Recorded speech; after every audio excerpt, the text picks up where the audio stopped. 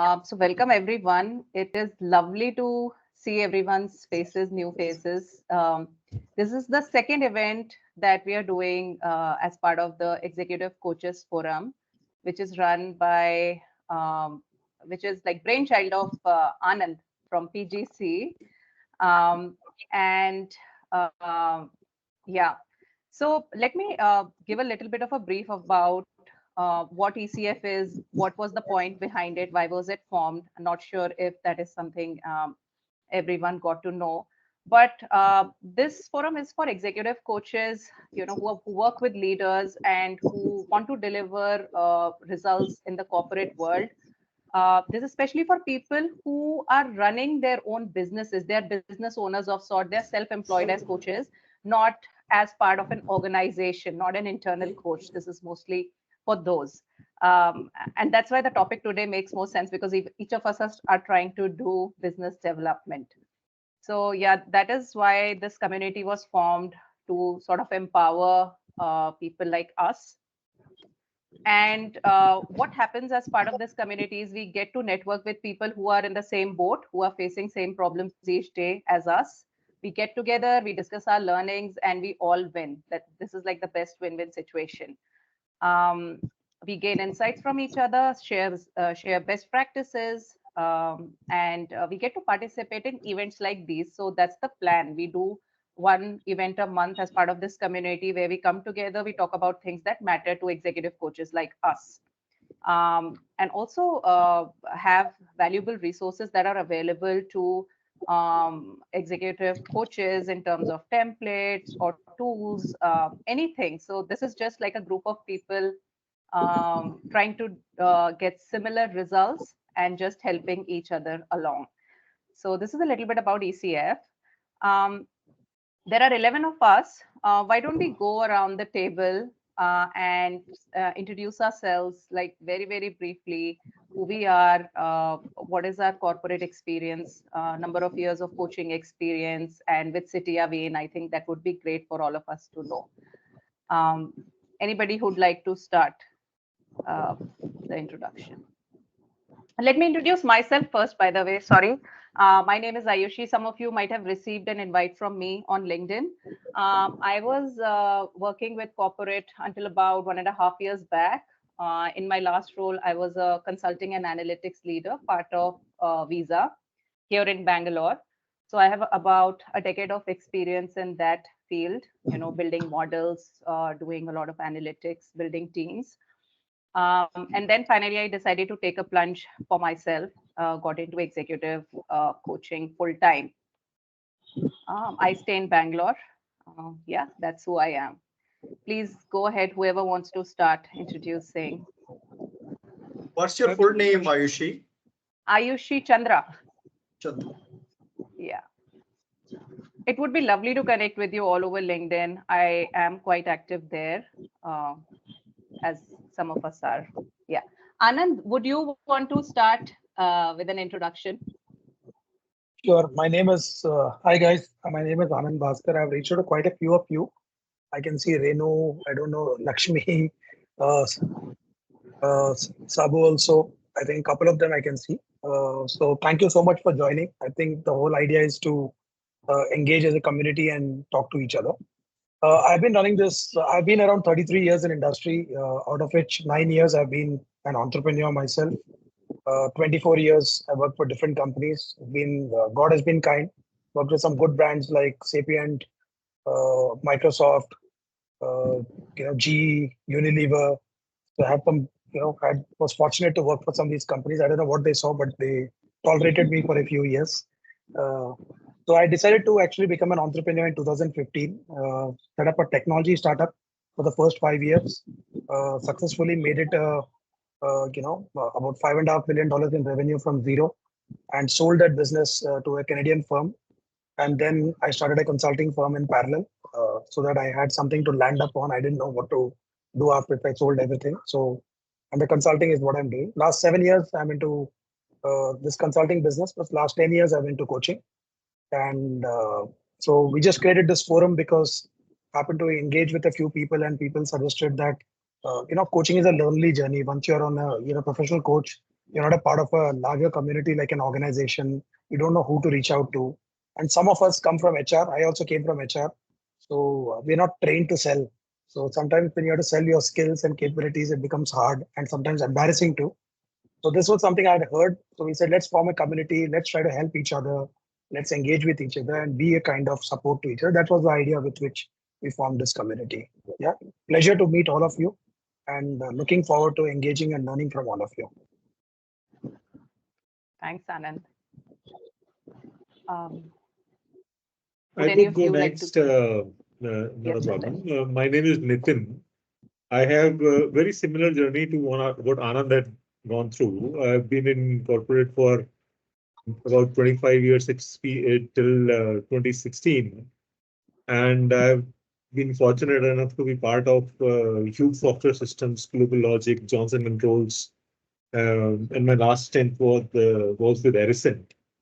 I've held the leadership positions as Director Engineering, Learning and Development, and Business.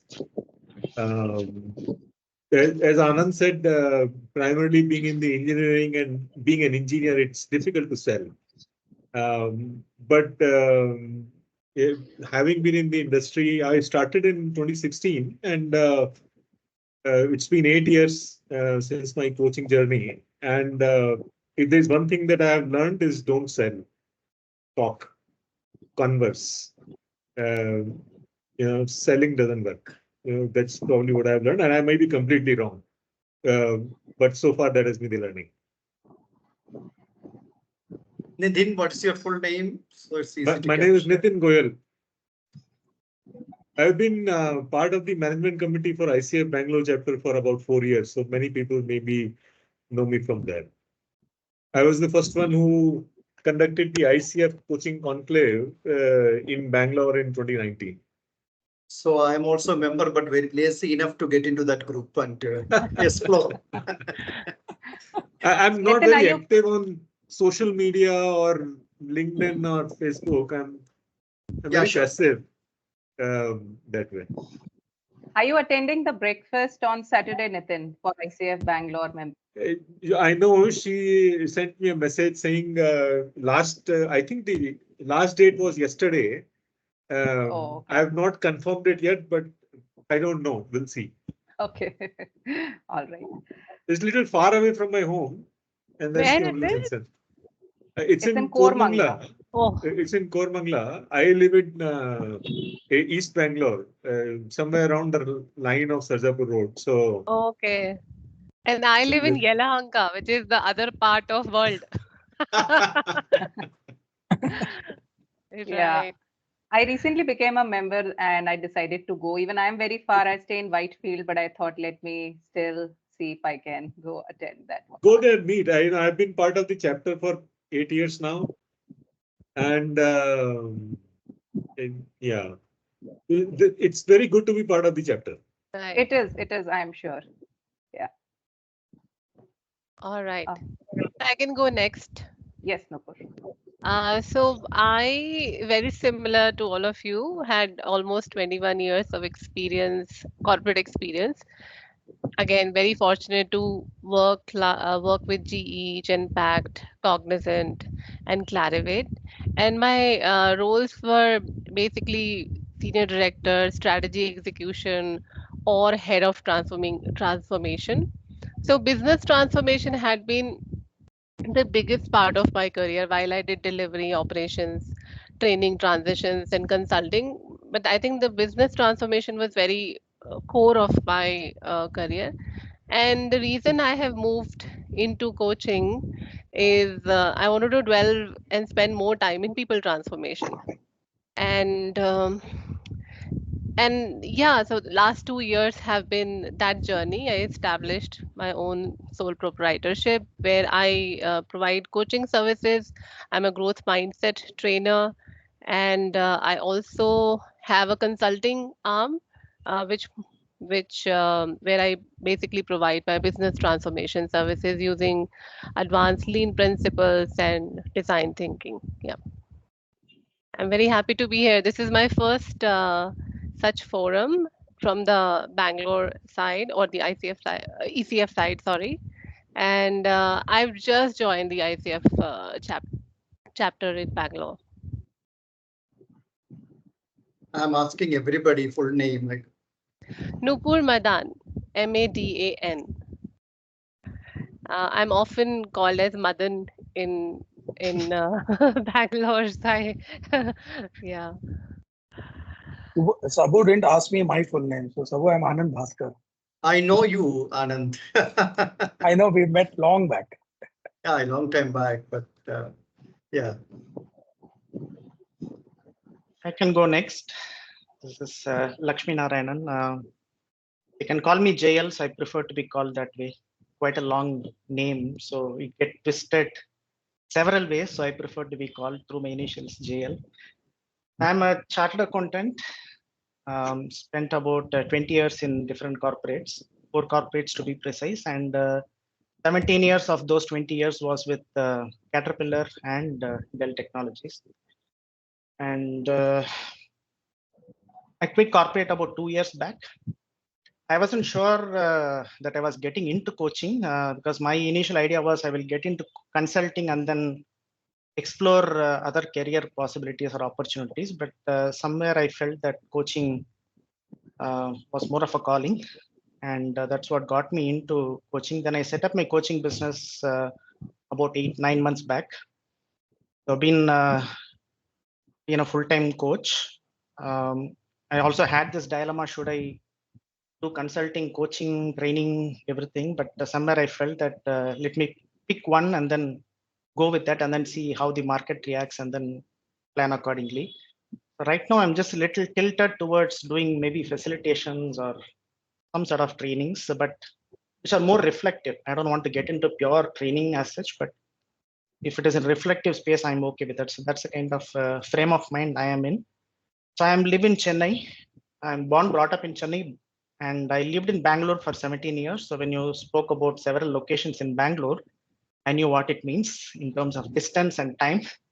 Rather than distance, I think time matters in Bangalore, right? So quite familiar with that. And back in Chennai last 3 years. So happy to be here. So thanks, Anand, for inviting me here. I can go next.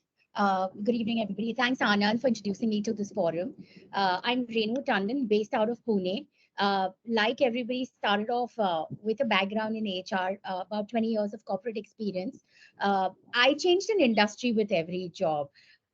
So I've done everything from ITS, telecom, been in civil engineering, won the hard hat, and gone to sites, and done all of that. Then 5 years of my corporate experience was in a startup research consulting space. So we saw what it was to be on the hyper edge of growth and everything that human behavior is taught, and you do just contrary to that. That's a different world altogether. I have some background in quality as well, because I started off my career, in operations quality, and then moved into the L&D HR side of things. Coaching for me organically happened a few years ago. We were very curious and wanted to experiment with the Gallup strengths, and we wanted to kind of leverage that as we were planning some growth, etc. So that's where my curiosity got peaked, and then jumped into it. I do a lot of work with CII as a senior assessor. We assess the maturity of HR systems and organizations, etc. Very new to the independent entrepreneurial space, probably just about 100 days. Still in the process of getting the virtual brick and mortar of the websites and all done. Been fortunate because we've already started getting work, at least on the HR consulting side.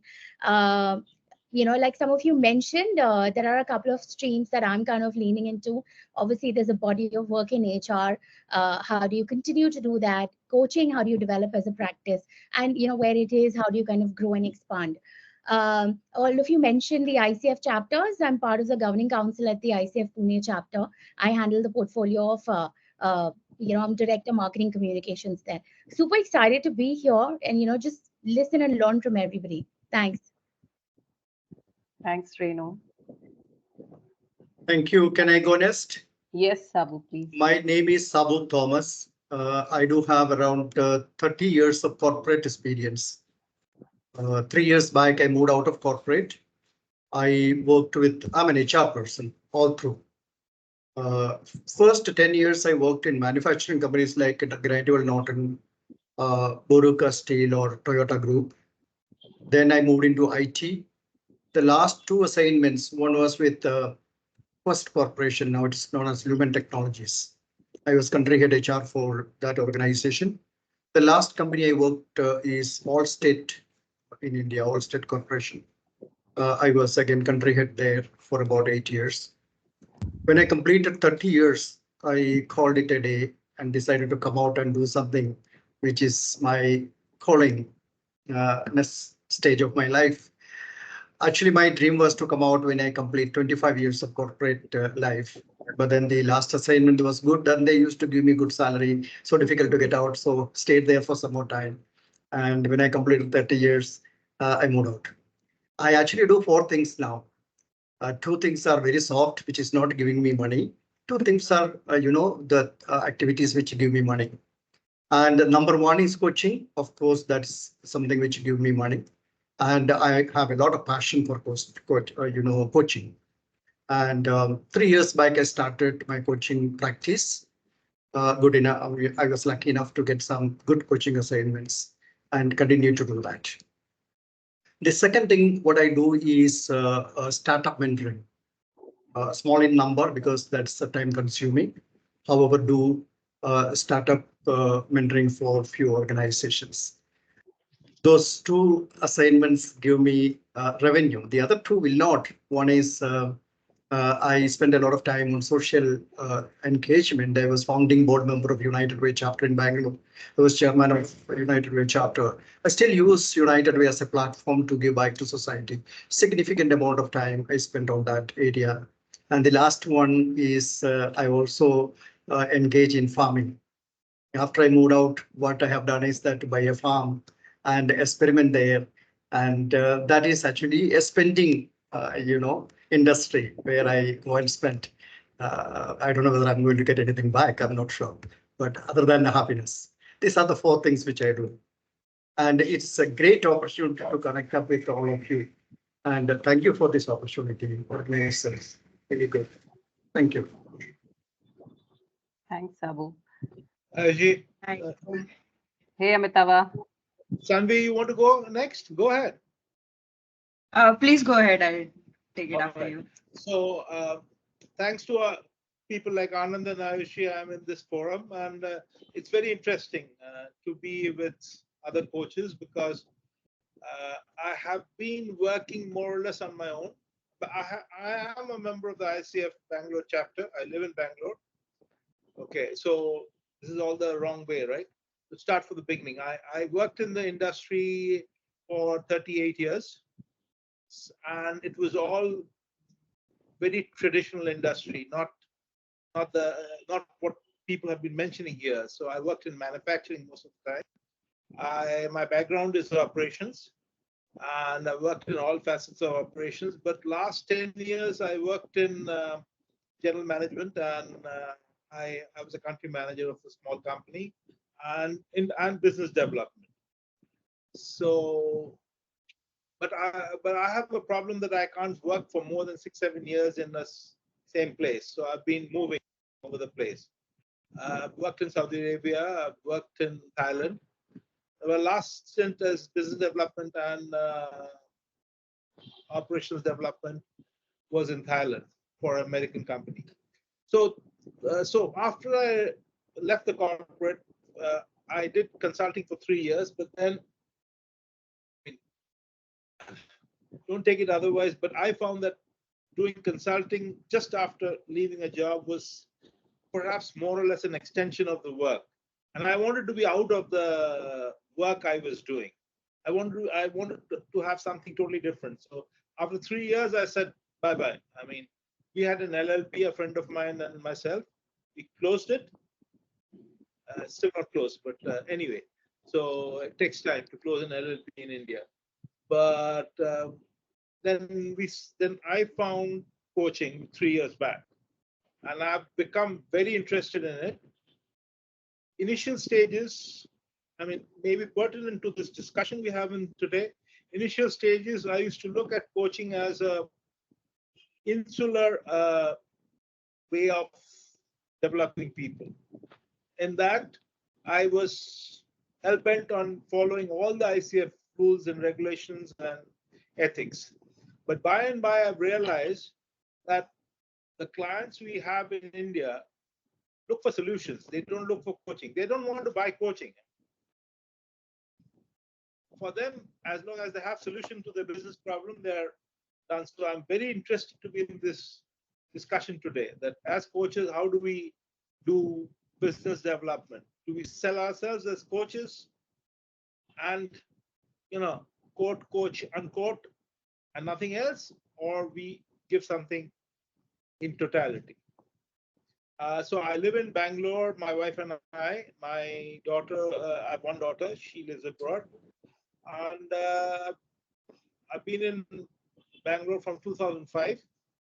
So nobody mentioned here, but for me, Bangalore is synonymous with bad traffic, nothing else. Thank you very much. Thanks, Bad traffic Amitabh. and good weather. Good weather, Nupur. It's 35 this year. I'm in Calcutta Yeah. at the moment, where the feel is 42, but 35, never heard of that in Bangalore. Yeah, it actually touched 42. Yeah, Yeah. pretty Thanks to bad this year. AI and Chat GPT, which is boiling the ocean. Sanvi, do you want to go ahead? Yeah.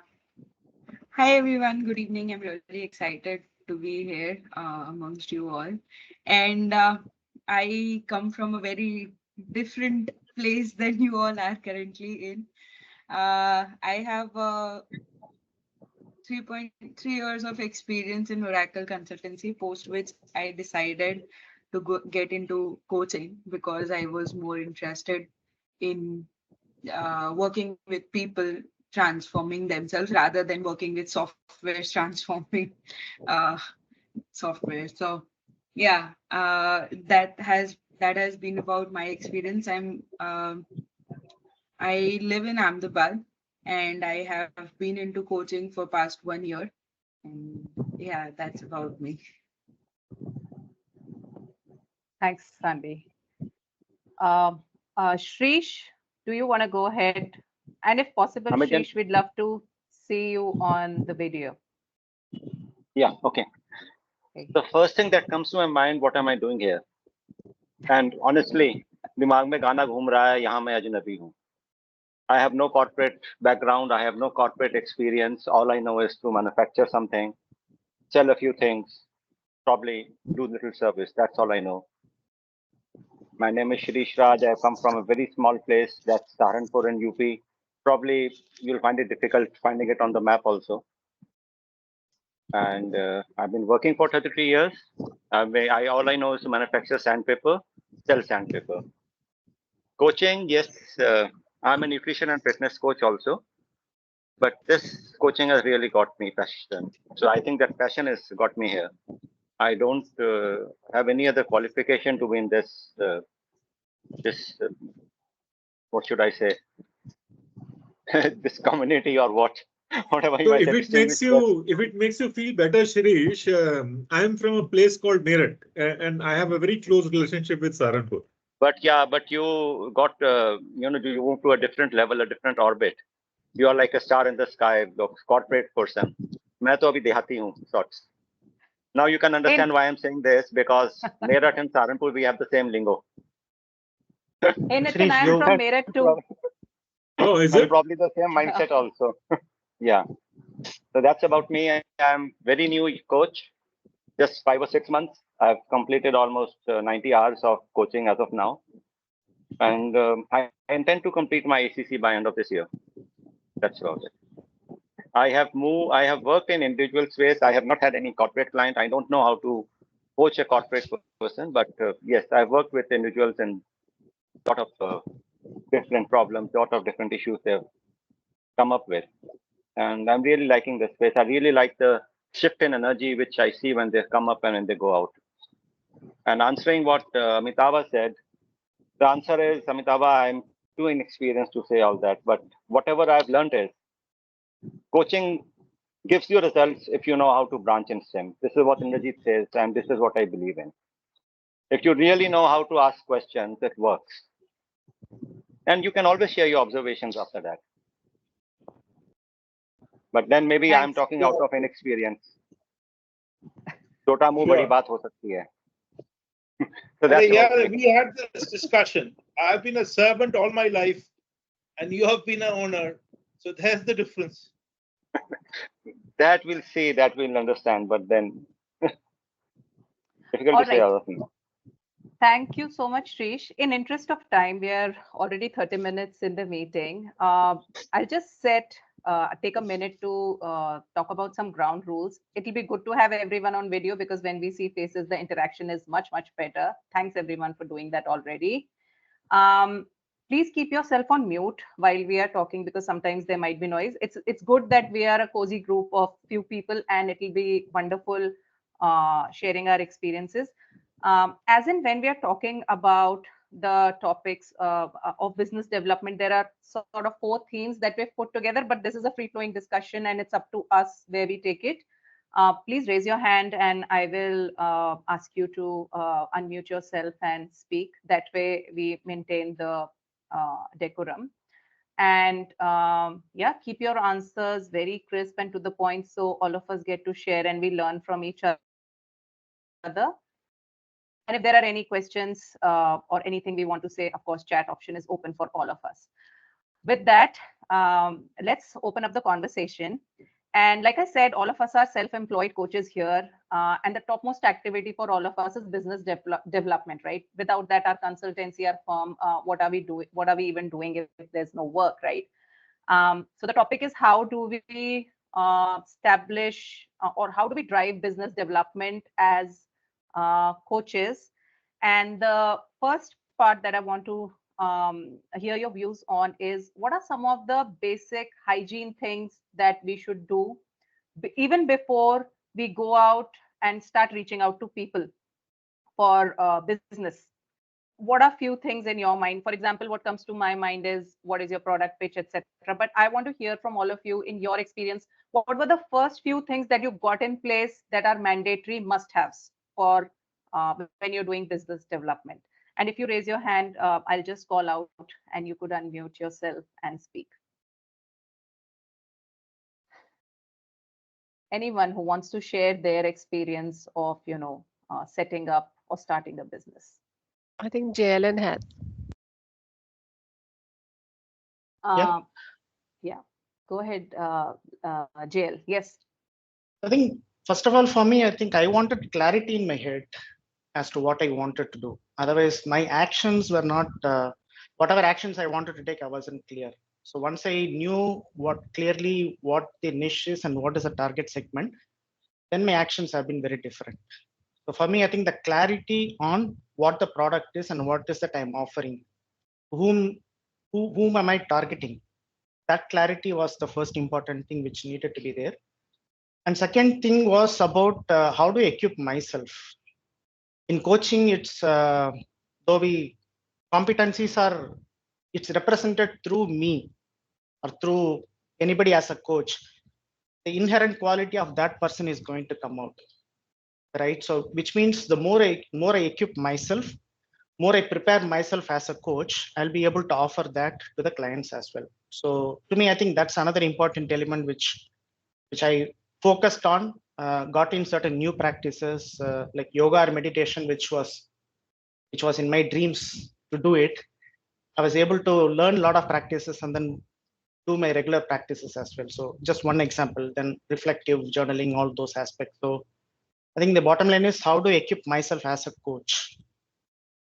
So I think these 2 elements, I would say. Got it. Thanks, JL. Nitin, I see your hand is raised. Please go ahead. I think when I started my journey, the big question for me was, who do I want to be? Do I want to be a billion-dollar company CEO, or do I want to be do I want to be a person who is handling few clients and be happy and content, right? And that's a big clarity that I needed within myself and among my partners. And initially we decided was we have come from a big corporates already. So we are really not interested in establishing a big company. And establishing big company would primarily mean that ultimately you will become more of an administrator than getting your hands dirty with coaching itself or services itself. So in my mind, I think the first and foremost important thing is who do you want to be? And all your strategies would get driven from there. You know, if your vision is to establish big corporate, then your strategy to do business development or investment would be very different. Then if you would want to be having, few clients to sustain yourself and be done with it. I think for me, the first and foremost priority is who do you want to be? Yeah, that's pretty important, Nitin. Renu, I see your hand is raised. Please go ahead. Thanks, Ayushi. I think just building on to what Nitin and GL actually mentioned, I'm going to take a step back and I'm going to say, there's a space of who we are as individuals and coaches, and there is a body of work that's already been done in various forms, whether it's entrepreneurs or the corporate space. And there is an industry or a target ecosystem at large. Coaching is relatively new as a profession. There are as many labels to coaching as you may want to put. So right from fitness coach, nutritionist coach to lifestyle coach to image consultant to executive coach, leadership coach, career coach, there's a coach for everything. You also have an industry that's very unregulated. If you look at the legal space, there's a bar council. Whether you look at other associations, there are laws, regulations, so certain professional conducts that makes the society and other communities aware of who this set of professionals really associate with. Coaching is so fragmented and so scattered. Today the only thing that binds mostly people together is the ICF community. We don't even have something at a national level, and there are coaches who choose not to even be part of the ICF fraternity and operate out of that. If you just look at ICF alone, those are not just the number of coaches. So you have a space that is very ambiguous. There's a space that's extremely deep and nuanced. Then there is a background of who we are, and like Nitin mentioned, what kind of organizations that do we want to create? Do we want to kind of go as individuals? Do we want to kind of build about a large team altogether? All of it. And I think the intersection of this then defines, at least in the initial 3 to 4 years, what's the space of work and the kind of work you want to do. And depending on that will then be your identity, which you take to your target segment, and then that defines whether you do a hard sell or a soft sell, because that defines how you do work as competition. While all of that is more on the intellectual level, there's something very basic I'll share with you. In the ICF conference that happened, the annual conference that was held in Pune in February, Karthi was facilitating a session, and he actually did a poll, and he said, how many coaches today continue to use a Gmail ID? Okay. And 50% of the audience said we use Gmail IDs. So he's like, look, you're going to get blocked in spam. You're not even serious about your work. You want to go and ask for a certain price, etc. So there are certain hygiene factors. There are certain identity factors. There is a larger ecosystem. So I think the intersection of all of this and then kind of moving forward. Thanks, Renu. Thanks for talking about that. Yeah, Sabu, I see your hand is Yes, it is very nice to hear stories of all the people, how they got into the coaching kind of thing. And mine was a long journey, in fact. To me, coaching is, is not end in itself. It's a means. What I'm trying to tell you is that I was so fascinated about leadership development or people development while I was working. Maybe 10, 15 years back, I started focusing more on developing leaders and potential of people. A lot of experiments done in the corporates where I worked. And the other area which fascinated me was the human behavior, the psychology part of it. So what I have been doing, taking different certifications and doing a lot of research, attending, behavioral process laboratories offered by ISAPs, all those kinds of things help me to understand human behavior and the psychological aspects of, people development. And when you look at leadership development, you have various channels. You have training programs, you have assessment centers, you have many, many things in terms of developing people.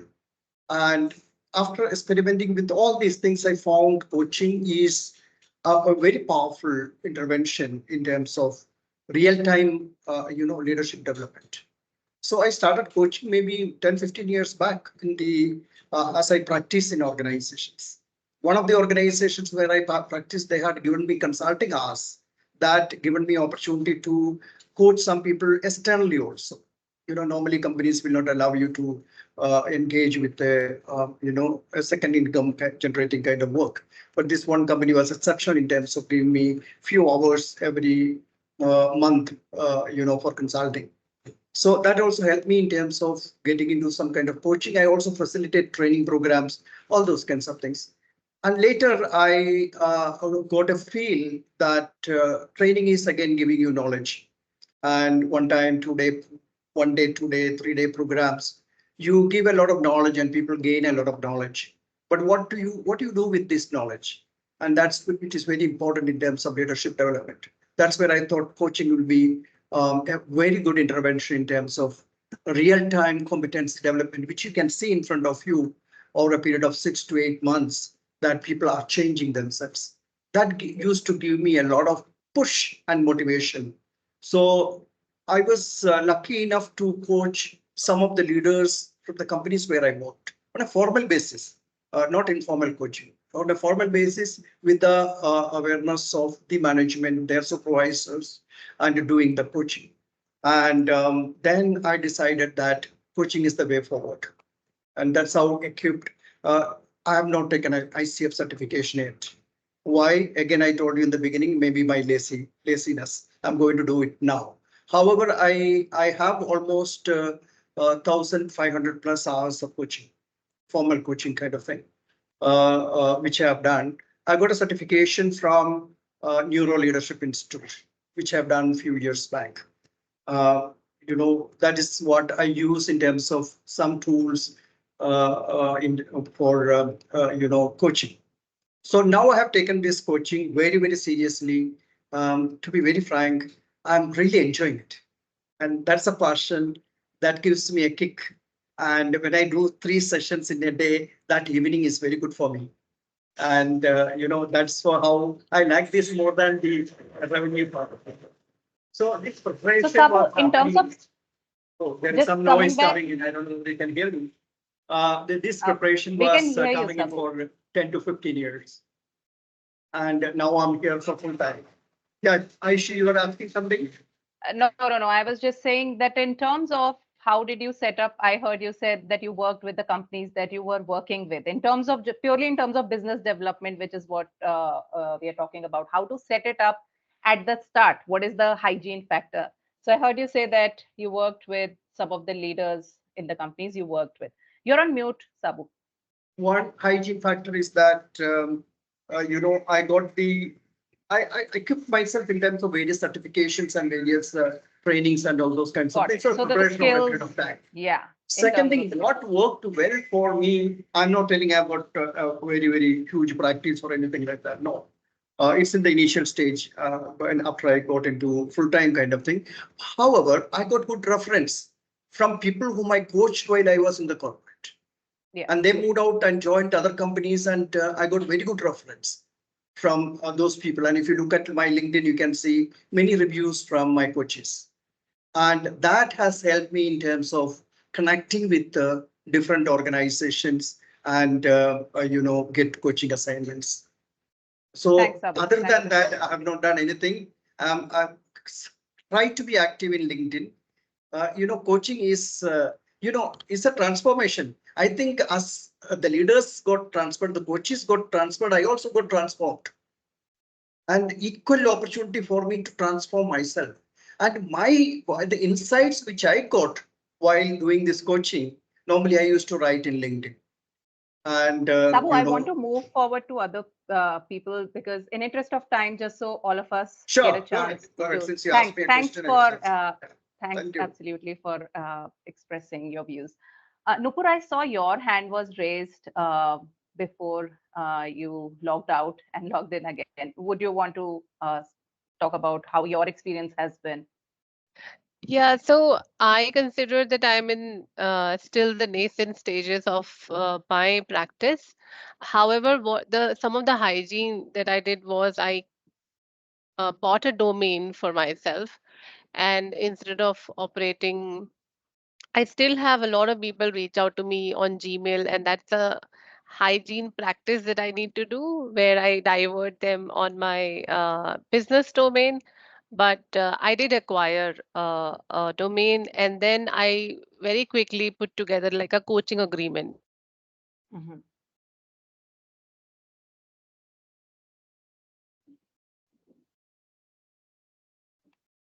Her screen froze for me. Did it freeze for everyone else as well? Okay. Okay. Looks like there is some network problem. Let's go to Amitava. Yeah, Yeah, Nupur, you're back. Okay. I'm really sorry. I don't know what's playing up with my internet today. So, so that in the discovery call itself, while we understand what is the coaching outcome, there's much more formalized approach. Even if these are not B2B clients, but these are B2 direct to customer client. These are D2C. So that kind of helped me establish, I would say, credibility because my avatar was completely from a corporate. I'm a professional with 21 years of experience. And adding to what Sabu is saying, that I heavily banked on my existing network. So I started reaching out to people, educating them that there is a pivot in my overall professional journey. I'm pivoting from X to Y, and then giving them a write up about it and spending a little time about what coaching is and how can I help. So I think those were some of the things that I did initially. Thanks, Nupur. Amitava, please go ahead. I've been listening to you all, and I think I concur with most of the things what has been said here, including what Nupur said at the end. That is okay. I don't like the word hygiene because that's very restrictive. So the earlier word you use, which is must-haves, I think that is a more broader term. Yeah. And I find I'm quite an expert because I've made a lot of mistakes over the last 3 years, going from one end to the other, trying out different things. Because for me, you understood that I finished my corporate career. So for me, this is not a, I mean, I'm in the best space where I'm trying out different things and I don't care. I mean, if I succeed or fail, as long as I'm having a good time at it. So I think what Nupur said, professionalism is very important because the client needs to understand what we are going to deliver, what the expectation is, and whatever term you use, chemistry session or discovery session, you need to go really deep into it to understand. Secondly, you need to understand what the client wants. I think we need to understand what the client wants. So marketing skills are important as an important must-have. Try to understand what the market is and what it is requiring. Obviously, another must-have is a business understanding of the industry, coaching industry as a whole. And somebody used the word fragmented, and that's fantastic. I mean, it is so fragmented, and I'm fortunate that after 3 years of going from pillar to post, I've decided that what is my niche. So specialization is, I think, important to have for business development. We need to project ourselves as specialization. I mean, when I started, a 4-year-old could come to me for coaching as well as a 40-year-old with a major problem with the team management. So, but I don't do 4-year-olds anymore. I don't coach. So, no, the 4-year-old represents a parenting coaching. There is a very strong school of thought that parenting coaching is very important today. So, but then that's a specialization. So, another thing which, as a coach, I think, call it hygiene or must have, is credibility. the client must know we are credible, and that needs to be established at the very beginning. And that would come, as Nupur was saying, I think Sabu was saying, from testimonials, because testimonials are very important in coaching. And I learned it late. I've not collected many testimonials, but I think I'm looking at testimonial is because you can go and say, I'm great, but it's much easier when you say, look, hi, this guy, coach says I'm great. So testimonial is another thing which is a must have. And of course, people talked about credentials. I think credentials are important in terms of knowing that you know the tools and systems of coaching. So to a certain extent, any credential, whether it is ICF or NLP, doesn't matter. Solution focused, so it doesn't matter. But it says that you have in your kitty a school of thought, tools and techniques. Thanks. Thank you, Ayushi. I've been talking a lot. Thanks, Amitabh. No, it was great to hear your views on this as well. Yeah, I think, and we've been talking about it for quite some time. So I'm just summarizing what I've heard from all of you. I think we need to have clarity, definitely, on who do you want to be. That's a quintessential question that all the coaches ask, right? Who do you want to be? And what is your niche? Who is your target segment? And it's some people call it ICP, right? Your ideal client profile. That's so important. So that's a basic. If someone spoke about skills, right? Upskilling, and that is a mandatory thing. You spoke about credentials, Amitava. Yes, I think in corporate at least, yeah, credentials, credibility. Also, we call it social proof sometimes on LinkedIn. That's what I've heard all the LinkedIn gurus telling about. Understanding what the client needs, really, their pain points, hence use that as the marketing. Um, Getting the domain and coaching agreement. Thanks, Nupur, for that. That's like really basic. When I was starting also, and in fact, I am in the process. This is what I have also heard, that, get a domain, get a Gmail ID, be very professional when you are working in this space, and that's how people perceive you.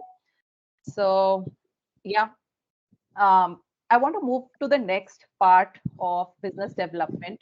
While this is what we want to set it up, but what are the skills that are really essential to becoming successful as a business development person? So, of course, I'm not talking about our skills as coaches. We obviously invest in that, our ICF trainings, or we keep doing trainings throughout. But what are the business skills, other skills that are absolutely important to make it successfully um, in the business development space? Nupur, yes, I see you'd like to speak. I think we all understand the tenets of business development, but I think the most important part I feel is creating your personal brand. And this is what I realized much later, that my laurels are there, but then until unless you translate that into what you're doing today as part of coaching, the relatability for the coaching client is lesser. So I think, how do you translate what your experience is, and the new skill, and then how can they leverage, and how will that be leveraged in the coaching conversation? That is important. And personal branding. Now, personal branding, especially on social media, hasn't come naturally. So I had to coach myself to at least be open to go on the platform and be vocal about it. And that again put me face to face with the question, who I want to be, who is my target audience, what's my niche. And Amitav, I'm in the same journey. So I'm in my, I would say, second year or first year, second to nahi bolungi main, first year, where I'm still figuring out who is my ideal customer. And and and yes, so I think that's the biggest one, which I think is a make or break. Skill set, I think everybody has. ICF has a very thorough and very, I would say, intense training program and credentialing program. So I think more or less everybody has the same skill set. But I think what makes it a difference is what brand and how you connect to the audience. Yeah, thanks, Nupur. Yes, exactly. The business skills is what will be important over here, how to put ourselves out there. Sanvi, you want to speak? Yeah, this is just an extension of what actually Nupur mentioned. So, how would you present yourself? How do you translate your thoughts and agenda of helping people for them to understand, what you're talking about, what you want to help them with is actually, I feel one of very necessary skills or part or action, whatever you call it, that would help you to attract business. Because until and unless they don't understand, this is also eventually a part of building your own brand, which would eventually mean, like, you're building on terms of what people are trying to perceive. Are they even able to translate what you're trying to tell them, what you are wanting to help them with as a coach? So yeah, that's my viewpoint. Yeah, yeah, absolutely. In fact, I'm changing the question a little bit for clarity. Like Nupur said, we all are skilled at coaching, but what is that one skill that separates a coach who is able to get new business versus a coach who is struggling with getting a business? What is that one skill that will differentiate? So, yeah, Nitin, you want to go ahead? I see your hand is raised. I think Shirish has also raised his I hand. think Shirish is there. He Yeah. is at number For one. a I think while. you should. Yeah. Oh, is it? Yeah. Yes. Shrish, please go ahead. Yeah, thank you. I would have preferred to speak last, then would have made things easier. But what I've heard so far, I'm going back to the first question also, and like moving between the first and the second question is, I think I my feelings resonate very much with what Nupur has done, what Nupur has said, and that's the way I'm moving. I haven't set up my business; it's not a successful business as yet, but I am moving in a very different space than what you all people have done. I am moving in the space of educating people about coaching. There are n number of life coaches in the market who are not trained as per the ICF competencies, who are not trained to be a life coach, but they are mentioning they are life coaches. They are doing courses from Udemy, they are doing courses, or they're mentioning a lot of astrologers who are writing life coach, life coach, life coach, and they are creating ruckus in the lives of people. They are giving advices. I have started moving in that space. I have started working on trying to educate these people. Now, coming to the fact of what the first thing that you need to bring, I very much agree with what Cooper says, personal branding. But then what personal branding, what skill? When we say that we are a coach, the first thing we say is coach should not be a subject matter expert. So what I am bringing with my experience as a coach is not what the primary I should be bringing. In my opinion, what the primary thing that we should be bringing is the credibility part, the ethics that we are bringing in the coaching session, the confidentiality, the trust, the non-judgment part. Because when people come to us in this personal space, now I'm talking strictly from my experience in the personal space, they are looking at someone whom they can trust and open up. And for that, I make it sure, whether it's whatever it is, whether there's a formal agreement or not, that there is a discovery call. And when a discovery call, I explain what is life coaching. In discovery call, I ask them, some people know, some they don't know, some people correlate it with therapy.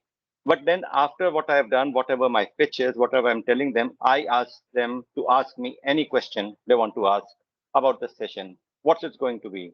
What's going to bring me? Any question that I want to ask, as long as it creates a trust between him and me, or her and me. So this is what I am trying to do. And this is what I think has helped my clients open up and got results. I don't know whether it will be a successful business model because I'm flowing against the tide. I'm not going to the corporate space at the moment. I don't have the certification, like very rightly mentioned that it is. I'm also bringing to what Renu ma'am said, that it is such a fragmented space that people are not aware. And I'm trying to bring that awareness that to be a life coach, there is no regulation. In fact, somebody asked me, one of the person who came to me for coaching was he had a terrible experience when his daughter went to a self-proclaimed coach, and it was a nasty experience. And he asked me, "आप life coach बोल रहे हो, आप कैसे बोल रहे हो?" I said, "There are no regulations. आज carpenter उठ के बोल सकता है मैं life coach हूँ."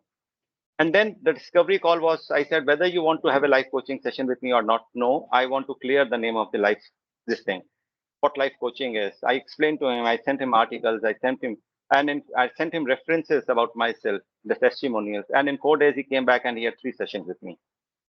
So I think this has worked for me so far. And I would, first of all, bring what I'm bringing on the table, what kind of ethics I'm bringing in the session. I think that I will work on that, and that will bring me the brand value that is needed to push my business ahead. Because when we say that I'm not going to give any advice, then it is that what are we bringing in? We are bringing in that particular safe space for them to grow ahead forward. That's what I'm moving in. Got it.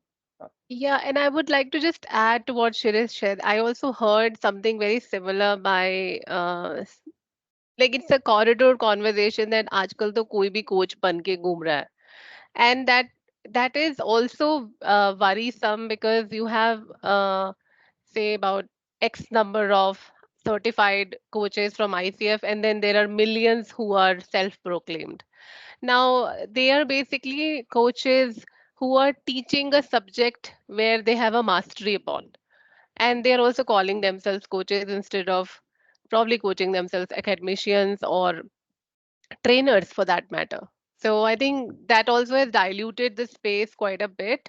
And that is an interference in a way, business development, because now, as Shirish said, I think you have to do a little bit more to establish the credibility around coaching.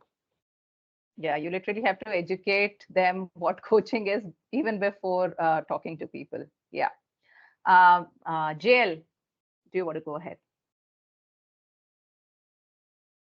Yep. For me, I think looking at the skill set, I mean, each one of us know that it's about personal branding and it's about connecting to people, talking to them and converting maybe leads into clients. But I think the aspect which needs to be looked at is why I'm not able to do that as effectively. So what's stopping me? Personal branding to me was a big challenge. I mean, how do I put myself out? I had to work on myself, prepare myself to be in that kind of a space where I started to do it on a free flowing basis, even on LinkedIn, right? So putting my photo out was an hesitation. So how to overcome that becomes important, right? So, and the other aspect is probably reach out to your network. We have built network over a period of years. How do we leverage on that? But it's not so easy to go and speak to them, right? So I know I have a list of people. I can easily pick 20, 30 people. In the last 1 year, how many of them I have reached out to? That is something which a coach has to work on, right? So you may have resources, but are you tapping into those resources? And what's stopping me from doing that? I think more of a, for this skill to work, we know that this is the way to be done, but I'm not able to do it. How to overcome those limitations, I feel is important to focus on. And maybe extending a little bit in terms of if I know what my need is to be in a coaching business, what I'm offering, who my target audience are, then selling is part of the process. Because I have something to offer and I'm proud of what I'm doing, then selling is just part of a process, right? So where you convert your leads into clients. But how do I equip myself in that conversion? That's also a skill that one has to focus on. Maybe due to my personal branding or my presence on social media, I may get some leads. How much of them I'm able to convert for whatever reasons, right? So that's another skill which probably I may have to focus on. So I think these are my inputs. It's very interesting what you said, Jail. One is to how to overcome that hesitation. We all know we want to do personal branding and reach out to a network, which, by the way, is the talk about how to do that, because that's the biggest thing you have as a starting point. And how to convert, even when you have someone on a call, what is your sales pitch? How do you structure it so that you're able to convert them? And if anyone wants to share their view, please go ahead. as we are talking. Anand, you have your hand raised. Do you want to speak? Yeah, I think it's been very interesting listening to everyone's journey and ideas, because it was also an opportunity for me to pause and reflect as to what did I do. I never actually thought about what I did and whether it worked. Now, actually, as I'm listening, it's like dawning on me that probably a few things I probably did right, a few things maybe I could have done better. But to start with, I think I always had a domain, always started with a brand, always started with a website. So I did all those things right in that sense. But interestingly, as I was reflecting on how I got my first client, most of the time I was an internal coach in organizations. I was actually officially appointed internal coach in organizations. So in Microsoft, I was officially appointed as the coach for the managing director. So as the internal coach. So, and when after I went through some certification, and then I realized that the certification is not enough. I need to go and take an ICF certification, and that's how I got into ICF certification. And that journey continued for me with coaching lots of senior leaders, even as CHRO at Sapient, where I used to recuse myself from talent conversations because I was a coach to some of the leaders. So I realized the value of code of ethics, much earlier, even in a corporate world when you were not a paid coach. And that actually helped, I think, build my reputation that here is someone who, as a CHRO, is stepping away from a very serious talent review succession planning conversation because he's coaching a couple of them and he's stepping out of the room and he's not offering a viewpoint, because we all know as CHROs we have significant clout to influence decisions, in that position. And that, I think, has helped me, had helped me after I started, when I ventured out in 2015. And 2015 to 17, I was so busy selling product that I did not even bother about doing coaching. And I continued coaching as a pro bono service to people till we ran out of money in 2017. And my team told me, go earn some money. You're only spending. And then I had to get to paid coaching. So I think 2 years into the journey, I got a paid coaching, but it was mostly because I think somebody mentioned this is your ethics that you follow as a coach and the kind of safe space you have created for people. And that is the word that goes around significantly, right? And I think that has helped me a lot, and I realized the value of that because when I work with clients where clients have asked me, have actually told me or hinted to me saying that, hey, you're coaching some people, but we'd like to know what's going on.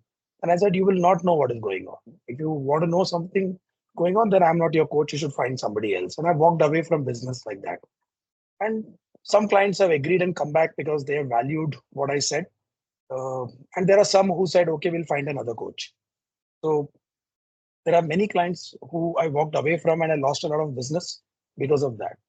Coming back to positioning, a point that someone mentioned, I think from day one, I decided that I will focus on leadership coaching. I will not focus on career coaching, personal life coaching, or any of. Sorry, can't you hear me? We can. We're Okay, just saying okay. bye to Nitin. He was leaving. Oh, okay. So I focused on leadership coaching, and it took me time to get clients because it was very easy to get career coaching candidates, at a lower price point. Somebody would come for 10,000 bucks. Also, I decided that I will not spend any effort on individual clients. So I refused to work with any individual clients who came to me for coaching. I said, if it's a corporate sponsored, I will work. Otherwise, I will not work. Again, it's a choice because I didn't want to negotiate with the client who I'm working with. I didn't want to negotiate a price. It put me in an embarrassing situation. I found it very embarrassing. It was comfortable for me dealing with the procurement team of a company and making sure I got the right price versus deal with the individual, because various individuals have different capacities to pay. So that was one other call I made, and that seemed to work well for me because I've never coached a single individual who's a personal client so far in my coaching experience. And the other thing is, in terms of confidentiality is something that has worked brilliantly for me. As a principal, I have not asked any of my coachee to give me a testimonial.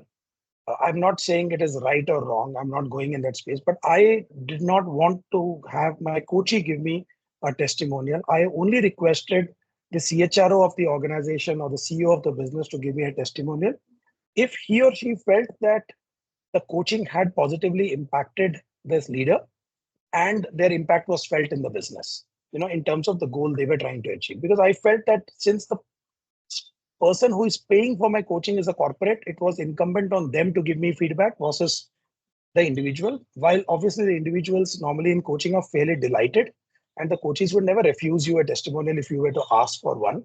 But I kind of felt that it is not, I did not feel comfortable doing that. So even on our website, you'll not see a single testimonial of my coaches.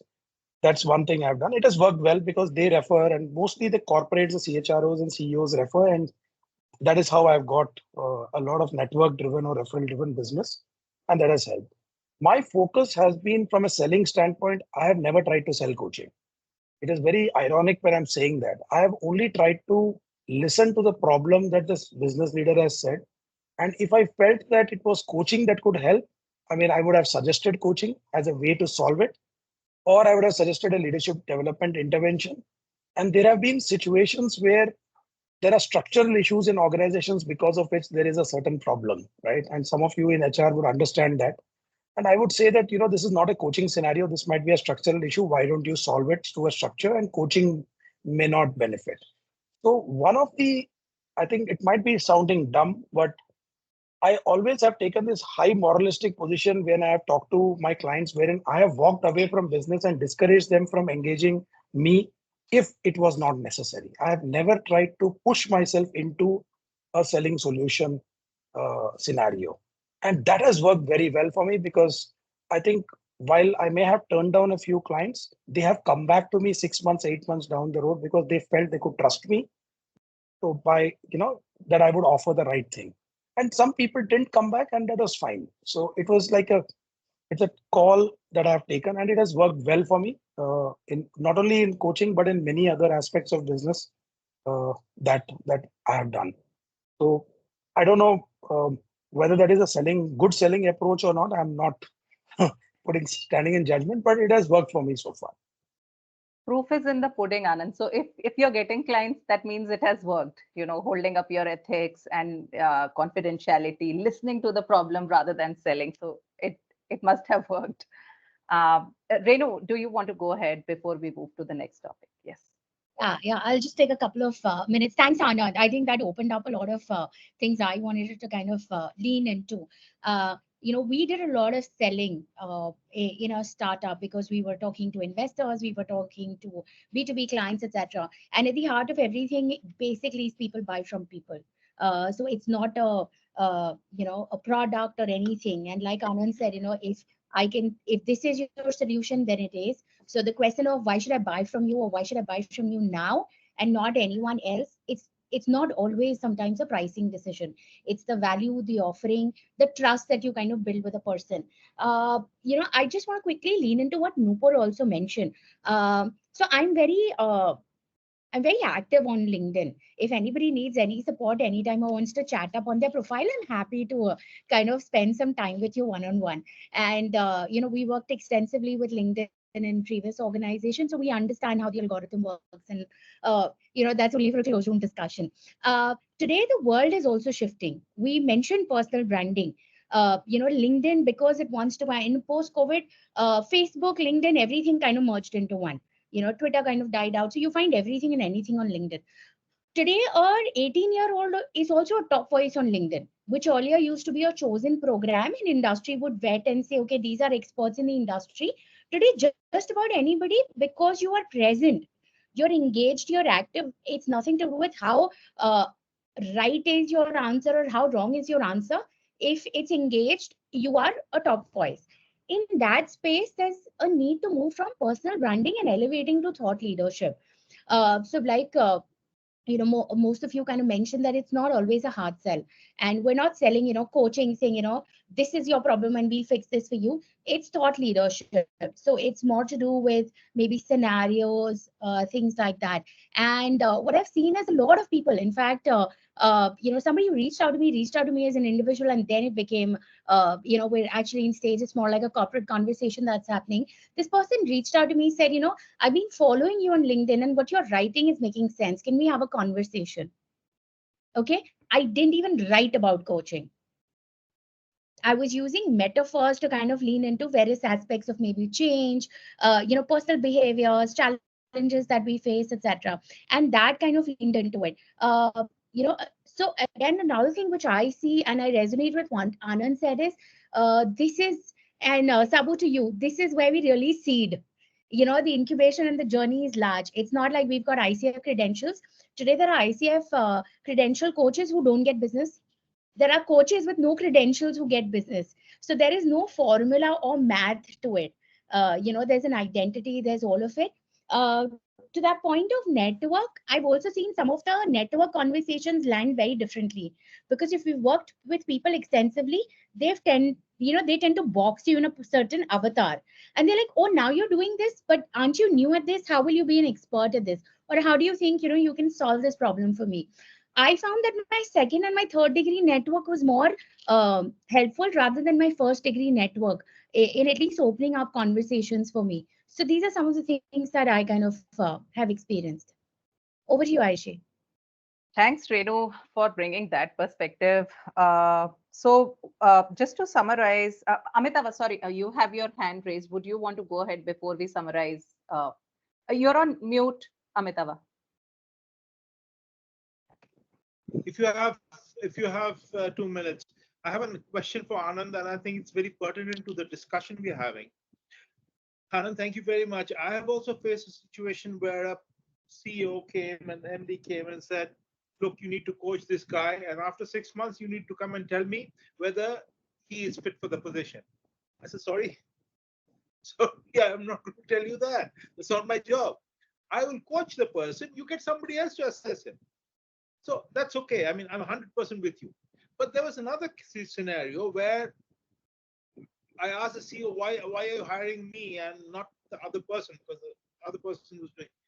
He said, because you have this very strong manufacturing background, so you'll be able to coach better. I said, look, let me think through this, because I'm not supposed to use my subject matter expertise. Now, the second CEO is a pretty mature person. He said, no, I understand that. I've read about coaching. What I want to say is, you'll catch on quicker what the person is facing than the other person. Now, my question to you, Anand, is this standpoint valid? That because you have a background of the similar background, and I'll tell you, it's very difficult, because when you have a similar background, when I coach general managers of manufacturing, I'm very judgmental. I very quickly, come to conclusions. So I have to stop myself. I said, hold on, my background doesn't matter. But what he said, that a coach understands better when he or she is from the same background. Does it make sense, or is it nonsense? So actually, a great question. The first point that you made in terms of the CEO wanting you to come back and tell him after 6 months, I think is an absolute no, right? I think it's best to walk away from such business than to do the wrong. I mean, it's not fair to the coachee, to be honest. I mean, it just defeats the whole purpose. The second part in terms of and she called me back after 3 months, so it doesn't matter. Yeah. So good. The prejudice that people have, and I have often faced it, and I have a video on YouTube on that, which I have put actually, is the bias that people have is that if you want a marketing guy to be coached, get a guy in marketing or a CEO of a business who has now become a coach. And that is the worst way of selecting a coach. So there is one video that I have put actually to educate people on how do you select a coach, right? The coach should be someone who doesn't share your background at all. For example, if I'm from HR, I should not be coaching an HR person. I can mentor an HR person. It's extremely hard for us humanly to keep our own experience of 30, 40 years aside and start coaching someone. I mean, it's not humanly feasible. Yeah. So I think this is something that people need to understand. And sometimes business leaders come and ask me saying that you're from HR, how the hell are you going to coach me? I say, I'm going to coach you because I'm not going to advise you. I have no idea of what you do. I don't want to even know your business, and you're far more skilled than what I can be in what you do. And you're the best at it. However, when it comes to human behavior and understanding what is happening in your situations, I may be better equipped to do that, not because I'm smarter than you, but it's only because I am not in the situation that you are in and I'm watching from the balcony. So I call out the Keegan concept that I'm watching from the balcony, you're on the battlefield, and I can see what is happening because you're making probably some errors, and I can help you see those errors. And I'm just out there as a partner to you, and I'm no way superior to you as a coach. I'm an equal to you. This is the normally the chemistry, this investment I make in the chemistry meeting to help them understand. And I tell them that like it's a commentator who is watching someone like a Virat Kohli play on on the field. It's not that the commentator is smarter than Virat Kohli or far more, has achieved more results. It's just that he's sitting in the vantage position that he can see the mistakes that Virat may be making. That's about it. So I'm here to help you. If you want me to be an unbiased partner who can help you with your, interest in mind, then I'm available. Otherwise, you can choose someone else. So sometimes letting them know and drawing that line of expertise, because some of the people also look at us and say, some people, and with all due respect, a lot of people look down on HR in the business. They don't think HR guys are great because they have some examples of HR people who have done operational work and they don't have huge respect for them. So they tend to look down. And some of these biases come into play. And when they suddenly realize that a former CHRO has become their coach, and they would wonder, what value is this gentleman going to add to me or lady is going to add to me? So sometimes removing those biases upfront in the initial chemistry conversation, I have learned is far more important before you get into a coaching engagement. If you see the biases existing, I would excuse myself and say that find another coach, because it's no point trying to coach somebody who doesn't want to be coached by me. Thanks, Anand. Thank you very much. Thank you. Yeah. So in interest of time, we have 10 minutes, and there were two more things that we wanted to discuss. Although part of that we've already kind of spoken. But just to summarize this one, what is that skill that differentiates you in the market? I think what I've heard is personal branding. That definitely does that. But you really need to learn how to overcome that hesitation of putting yourself out, how to convert in a sales call. I think that's another very, very important skill. Maybe a topic for another such session, probably. Trust, Anand, you touched upon it, the ethics, stepping out of a meeting because you were coaching someone, or confidentiality, or just not selling upright. I think building that trust is what can differentiate you in this space. Moving on to the next two, one that I wanted to talk about was networking, because that's the first thing. We've touched upon it, but what is the best practice to reach out to people? And I heard one saying that, your second and third connection, Renu, those were more responsive when it came to helping you get your foot in a company. And that's personally something that I am also trying to figure out for myself. So what are the best practices to network? How do you do that? Is there a structure framework that you could follow? There's only one line. Network when you don't need that person. That's the key to networking. How do you do that? What are some of the places, Amitabh, to your point? How do you start doing that? Let's say we are starting now. What are the good places to do that? So if you're serious about networking, and this is nothing to do with my coaching, this is what I've been telling my daughter for years. If you're serious about networking, see who you know and whether they could be important to you in the future, and connect with them to see that you keep the connection, one, and number two, try and give them assist and help if they require. If you do that before you need them, when you need them, they will definitely come and help you. That's my take on it. Got it. Renu, do you want to go ahead? Yeah, so I'm going to restrict my response more towards the B2B space, given it's a corporate setup that I kind of focus into. Look at yourself as someone on the opposite side. What people need is, how do they establish credibility and trust is through symbols. What are symbols? Our certifications are symbols. Our association, professional bodies that we are part of, and it doesn't necessarily need to be ICF. You could be member of a Rotary Club. You could be member of any other, any civil body, and you could just kind of lean into that as well. So do people trust you socially? Do you have professional credentials? Those are symbols that will at least open up professional doors for you. And I think most important, what I see is coaches land up, and this is again with HR also, right? You land up in a forum where all HR people are. You land up in a forum where all coaches are. They're all looking for work. Who's going to give you work? So how many of us actually show up in a business conference? How many of us show up in a marketing conference saying, while great, this is what you're doing. I'd like to know more about you, because people also want to know what you are doing. So if you've established curiosity, because again, your second and third degree connection is defined by your physical city, your jobs that you've held, and again, how much of yourself you put out over the years, right? And for anybody new that you are now going to connect with, is probably in the same boat as you are. You could probably be at the helm and somebody's sitting in the center, but everybody's looking for work. Third that I see is, and I see a lot of coaches who are probably at very early stages and are like, look, I'm going to only drive this or, charge this, or I'm not going to do any kind of work. This is also where mastery needs to come in, and mastery not because you have answers, but more practice. For any athlete or a sports person, the hours that this person plays the game, there's more time spent at the gym, there's more time spent on fitness, there's more time spent in practice. So how much do we as coaches kind of spend time in network events, which are maybe ICF events? If you're an ICF member, global member, there are tons of communities or practices that you can be part of. And just to let you know, Dave, for yesterday, there was one community of practice. This was, almost 11 p.m. India time. There were 150 global coaches that had signed up. There were just 2 coaches from India. Okay, there were 148 people from all over the world. So I think it's also how far you cast your net, because that's also opening up your professional network.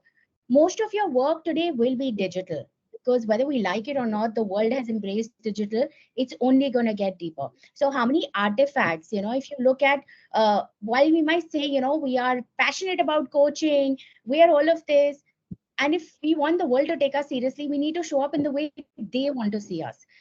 So we need to, and once you've kind of established your journey, then it's just your name. Then you probably don't even need a website or anything else. But I think that's a journey that will take time. Yeah. Thanks, Renu, for bringing that out. I especially liked your point saying if we are all going in a coaches forum for networking purpose, not to learn or to help each other, yeah, that's not going to work really. JL, please go ahead.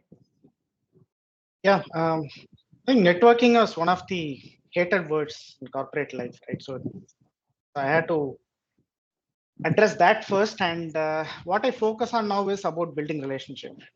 Like what Amitava said, it's not even, I don't approach them to ask for business, just to talk to them, what's happening in their business. So what does it mean to be a CFO? That's a segment that I have chosen. What does it mean to be a CFO, and what are the challenges that they are facing? And just to build the relationship. Probably the next level, like what Rohan said, maybe the second level or third levels could be the potential clients, but how can I reach to them through these people? So back of the mind, I have that agenda, but I don't put that out. So I just want to add value to them so that they feel inclined, and they may be able to refer. But I need to position myself. So I need to tell them clearly what am I offering, what is that I'm up to, because they know me only as a corporate person. So there is a shift. I need to tell them that I'm not the same person. Today I'm different. I'm in a different avatar now. So telling them about that and then taking the help from them is kind of been the approach which I've been taking. I just wanted to share that. Thanks, JL. Anand, do you want to go ahead? And this may be the last comment of the day, given the time. Okay, I'm just looking at that. So I have a very simple principle that I've followed for last 10 years. I have this principle that I will help anybody who reaches out for help. Anybody, for anything I can do, I will reach out. I will do it unconditionally with no expectation in return. And that has worked very well for me.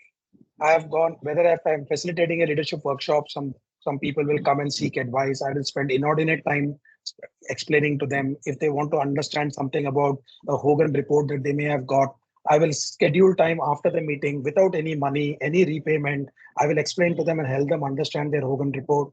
I've done all these kind of things for numerous people. I've lost count. I have lots of people in L&D and other folks who reach out to me, ask me for pitches for certain programs. Then they don't know how to design the program. So without any hesitation, I'll give them the whole concept. I will explain to them how to build the journey, how to do it. They may go and give the business to Conferry after that, or they may give to Hay Group. I mean, because their CHRO may tell them to do something. But I will not worry that I have not got the business. I will unhesitatingly help them and guide them. if I'm in an HRD event, somebody reaches out to me for help, I will not hesitate to help anybody. I mean, even in this group, if anybody reaches out to me for any help, you'll definitely get it from me, right? You can, if you want, you can misuse it. If you want, you can use it. It's up to you. But as far as I'm concerned, my conscience is clear that I will just do the right thing. And that has worked well for me because it has generated a lot of goodwill. And these people over the last 10 years have grown to different positions of power and respect. And they have reached out to me when they needed help because they got help and they feel that the teams can get help. And that has actually created, and this is over the years I've been doing it. So it's not a 1 year activity. Yeah. And that has worked for me. All right. Yeah, thanks, Anand. I think the gist of networking is do it without expecting anything first, and it will eventually come back to you. Things will start to work. And the last thing we wanted to talk about was mindsets. We do have 1 minute. If someone has a view about what is that one mindset that you need to carry as a business owner when doing business development, what is it? We might have covered some of this, but if any of you want to share, what's one mindset that helps you go through the ups and downs of business development? Restrain anxiety. No plan B. Definitely. No plan B. Okay. I think what I have followed so far is fail fast. Yeah, fail fast. Yeah, Yeah, because it's changing so quickly. Yes. yeah, yeah. Fail fast. Yeah, that's a good one.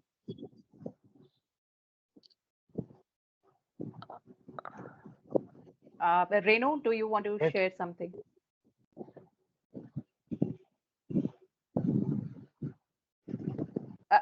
You're on mute. You're on Renu. mute. You're on mute. Yeah. Thanks. I think for me, there's only one thing that I'm leaning into. Not everything is got a dollar value attached to it.